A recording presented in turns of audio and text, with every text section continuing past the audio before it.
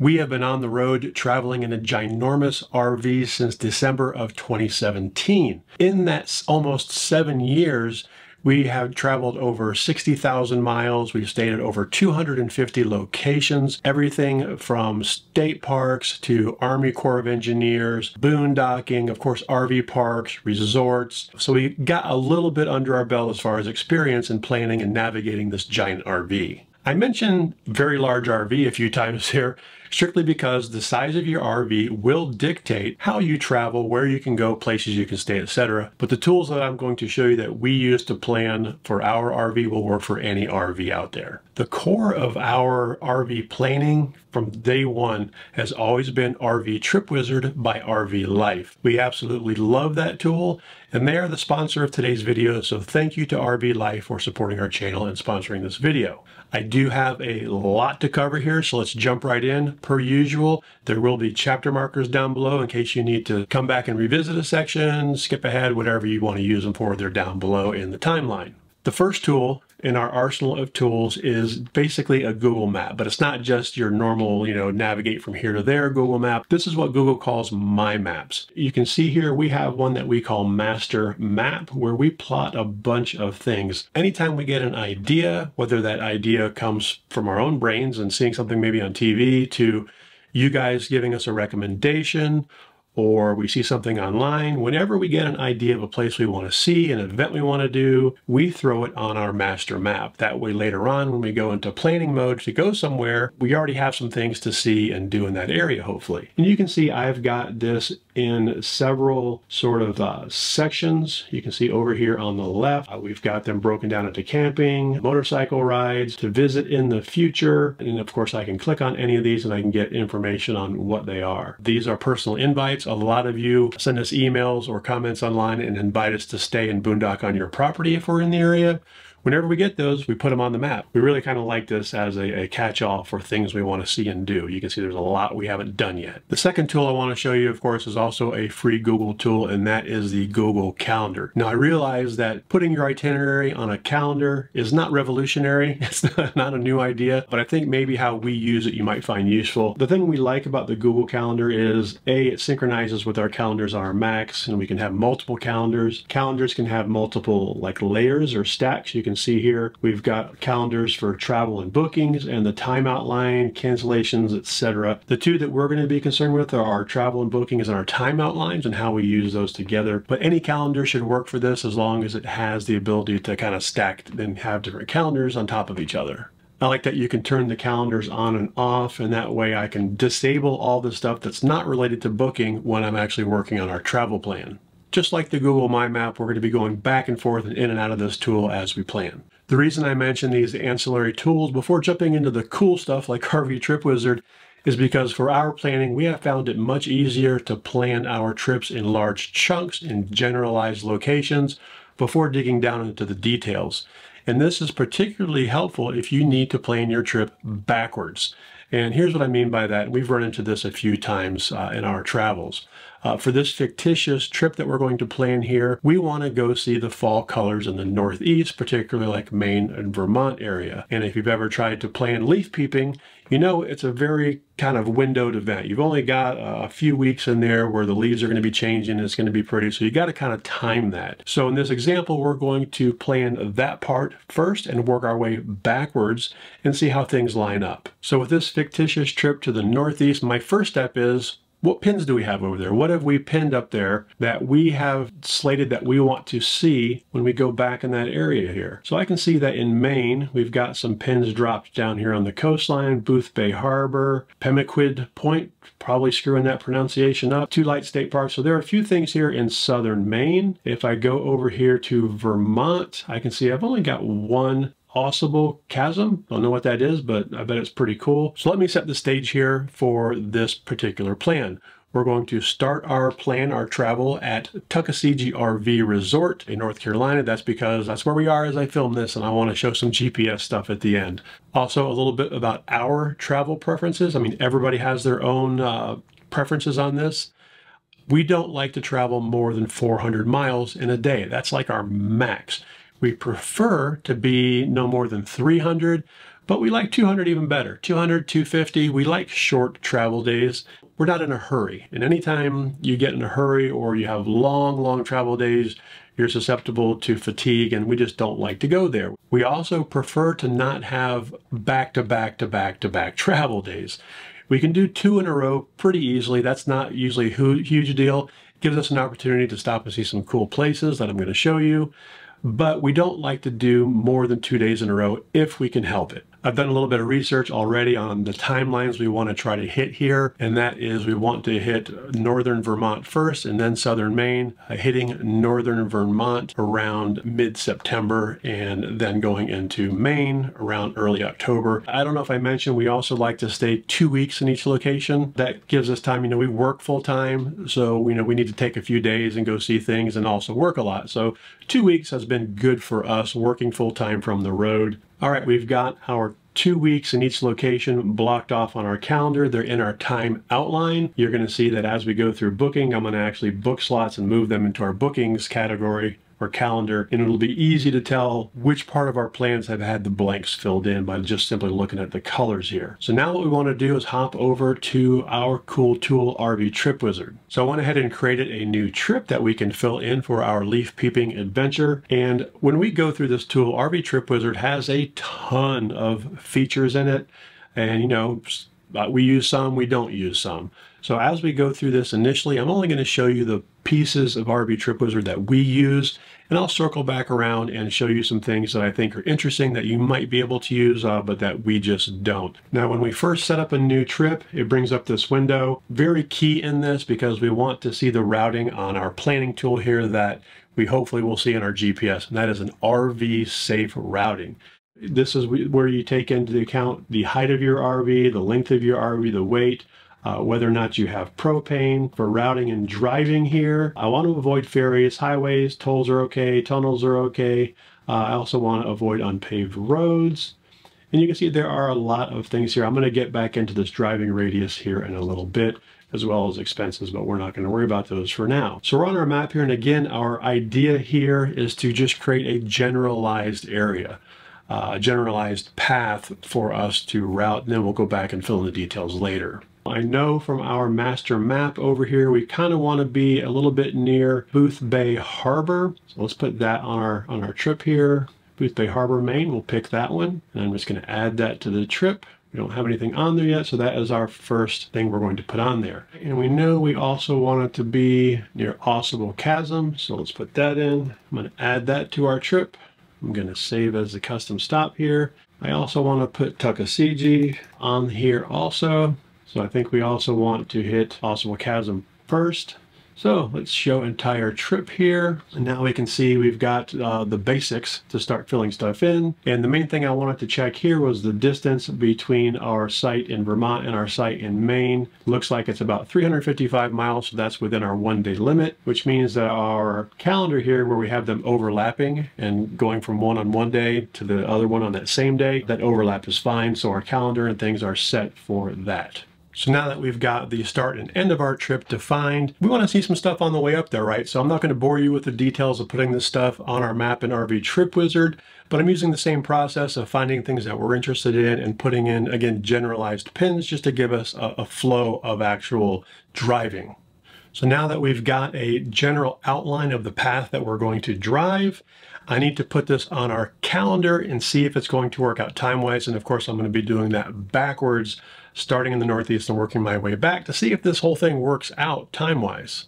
So now I've got these all laid out on the calendar here. You can see I've got 2 weeks in Maine, 2 weeks in Vermont, 2 weeks in the Finger Lakes area, 2 weeks in Delaware and Virginia Beach respectively. And you'll also notice that based on these distances over here, you can see my trip from Tuckasegee to Virginia Beach is 473 miles, so I need an overnight there. I'm also planning an overnight on this segment between Delaware and New York, which is 371 miles. Still within that 400 miles, but why not break it up and stop somewhere in between there and see something fun.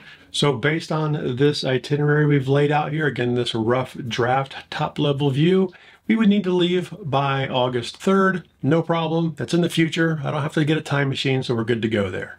Now that we've got this framework of a trip, we could book it in any order really, but it really makes no sense to book the upfront stuff if I can't find sites in our main destination. So I'm going to want to book these first up here in the Northeast. So I'm going to kind of work backwards and go down here into Boothbay Harbor and work that way back. This is where RV Trip Wizard really shines in trying to find parks. So let's go ahead and do this. Up here in the upper right hand corner, I've got some settings, some map settings, but I want to go here and click on parks to turn the parks on. Let me zoom out a little bit here, but I want to stay right in this general area, I think, maybe even right down here. So our first step here is to click on our research tab and show our filters. This is really cool. This is what allows you to kind of narrow down what you're looking for. And here's what I mean. So first of all, park features, we need big rig access. You can see that we immediately went from 23 parks in view to 16 parks in view. That's a handful of parks that I don't have to even look at or worry about. If they're not big rig friendly, we can't use them. And there are other options here like pets allowed. We're going to need pets. That didn't change our number at all. You can see I've got lots of options here as far as what I can look for. So kid friendly, no minors, anti-friendly for kids. You can also go up here to park rating and reviews, and maybe I want to see only parks that have at least 10 reviews. You can see that actually took out a few, and 5 stars. And nothing, they're all gone. So let's lower our standards here to 4 stars. So now we're kind of narrowing things down here. We've got 7 parks in view.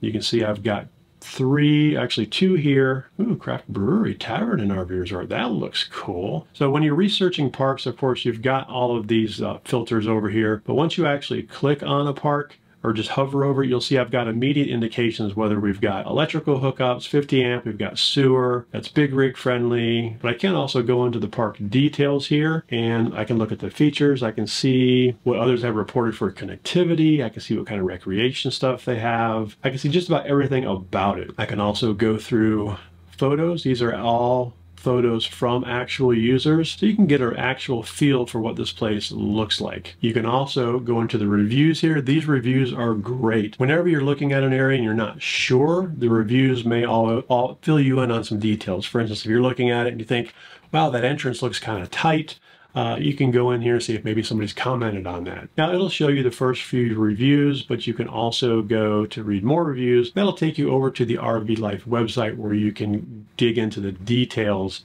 on a lot of these reviews. So you also have a tips and Q&A section here. We've got other tips about fishing, puffin tours, whale watching tours are great. That's a good idea. We could book a whale watching tour. Lots and lots of stuff here. But the first thing I want to do before I book this is I want to go over here. I'm going to click on satellite map just to get a point to start from here because I want to check driving distances to the things that we're going to want to see. So the things we had on our master map here, Boothbay Harbor and Pemaquid Point. So let's go back over here, click on directions, give these a flip. Boothbay Harbor, of course, that's 6 minutes. That won't be a problem. Pemaquid Point Lighthouse. Yes, that's where we definitely want to go. That's 43 minutes. That is not bad. We've got an hour and 19 minutes to Portland, so that's not bad. That is definitely doable to get to all the places that we want to see while we're there. The other thing that I check before we book anything is I will check that satellite map view that I was just showing you. Pretty nice little place.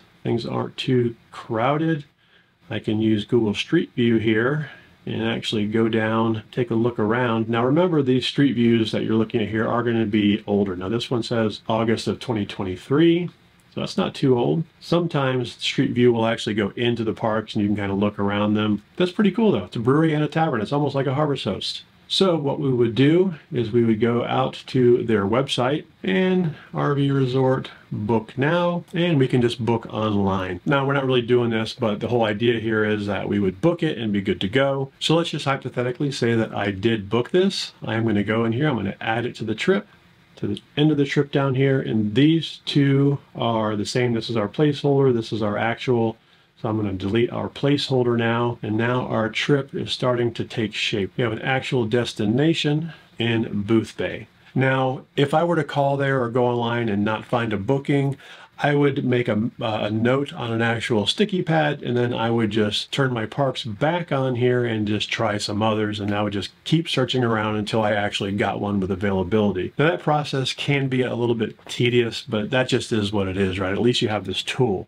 Now, one feature that I have requested from RV Life in this tool that I really, really hope they implement, I think they're going to, is the ability to unfavorite or remove one from your view. And the reason I would like that is, let's say that I went to book that particular RV park and it's big rig friendly, but I put in the length of our RV of 47 feet and they don't have any sides that big. I think the cutoff for big rig friendly is 40 feet. So every now and then we do run into that.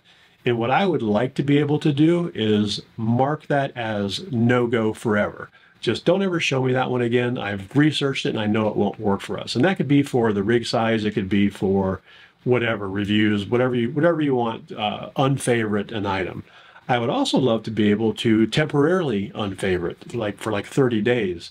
Meaning if I'm searching an area and as I start eliminating parks strictly based on availability for this trip, get them out of my view so I don't have to keep a manual list. That's just a feature I hope they add. Maybe they will.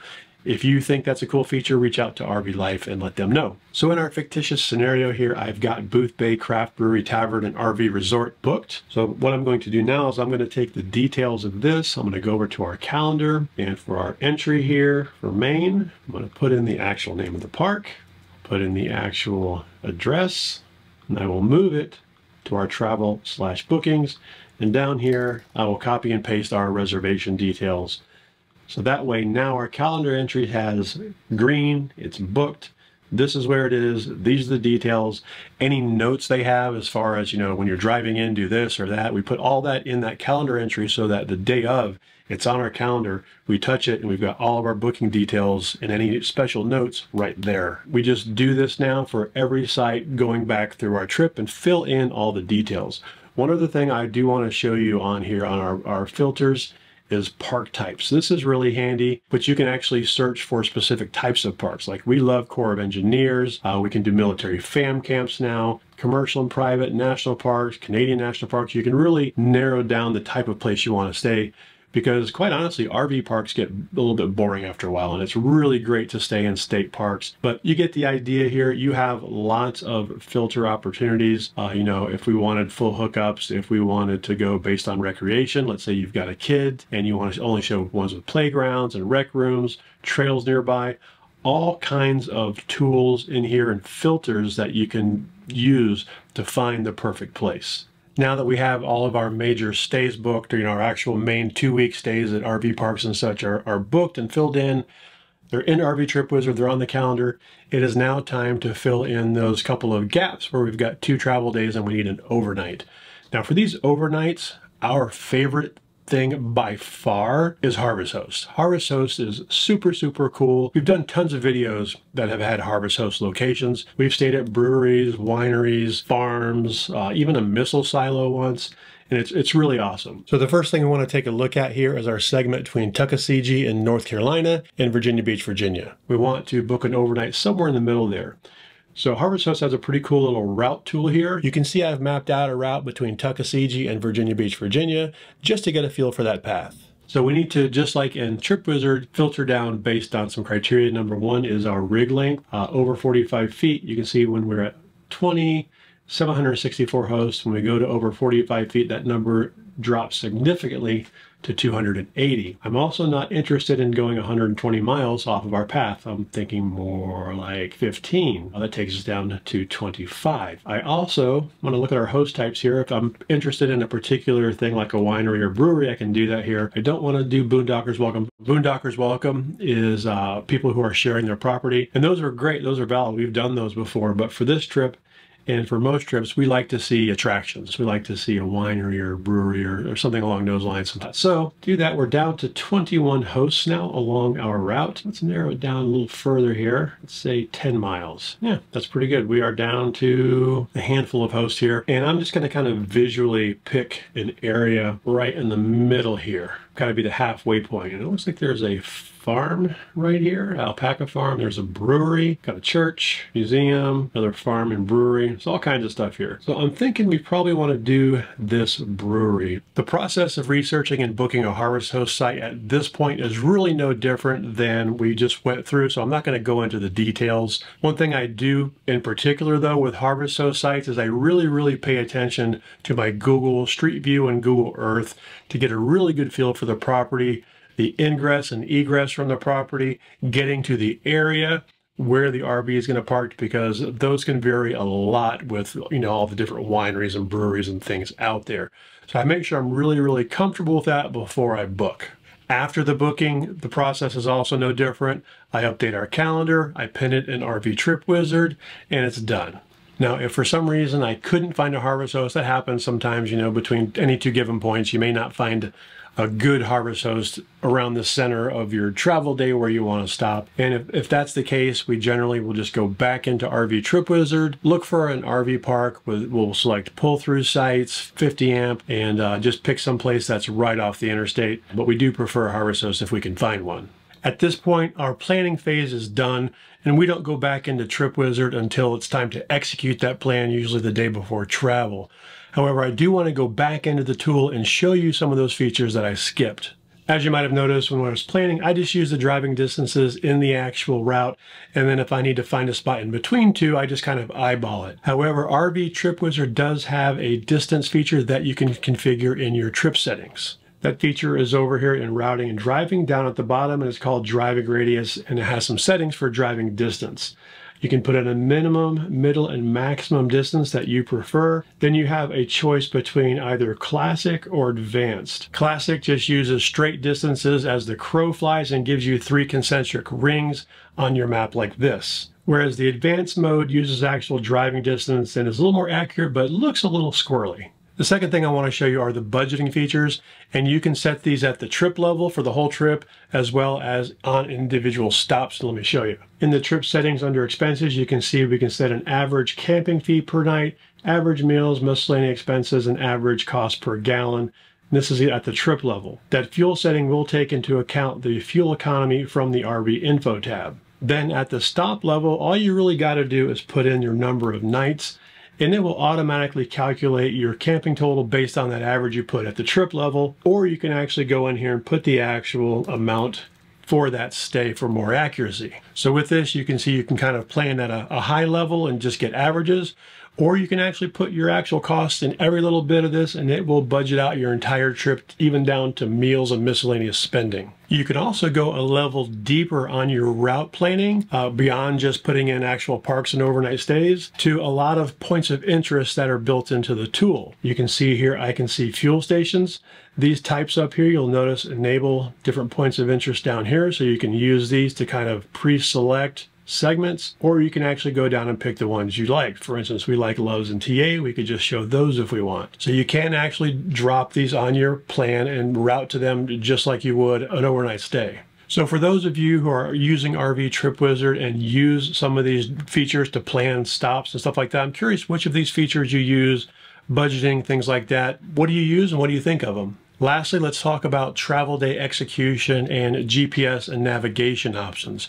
Number one, whatever GPS you use, whether it's hardware, software, an app, or whatever, make sure that it is RV aware. Don't just use Google Maps or Apple Maps or something like that, because those don't take into account the actual size of your RV. Now, if you've got a small RV, it doesn't matter. But if you've got a large RV, make sure you're routing based on your RV's dimensions. As I mentioned previously, we much prefer our Garmin RV GPS. We've got a lot of miles with it. We trust it. We use it to find our fuel stops. We use it to find our rest areas. It's just a great tool to have on travel day. It routes dynamically for traffic, so it will offer alternative routes if there's an accident in your way, and it can get you around it. It also adjusts your ETA based on any traffic and will tell you there are so many minutes of delay on your route, but you are on the fastest route, and I really like that. But as I also might have mentioned in talking about this, the RV Life app includes an RV Safe routing GPS built into it. That's really pretty cool. This came out a few years ago when we were first evaluating it, and at the time, We really much preferred our Garmin over the navigation app in there, and we never really went back to it. However, there have been obviously a lot of updates to the app in the several years since we actually looked at the navigation. Number one, the RV Life app now kind of bundles everything together. You've got the GPS RV routing in there, the navigation. You also have RV Trip Wizard built right in there and synced up to your account. So everything that you go through and create an RV Trip Wizard is right there in the app. That makes it really handy to launch the GPS because you can just go into your trip, click your stop, and go. The navigation app also supports offline maps now. That means you can download your maps and not have to worry about internet connectivity to your phone while you're traveling, say through the mountains or something like that. The maps are actually on your phone.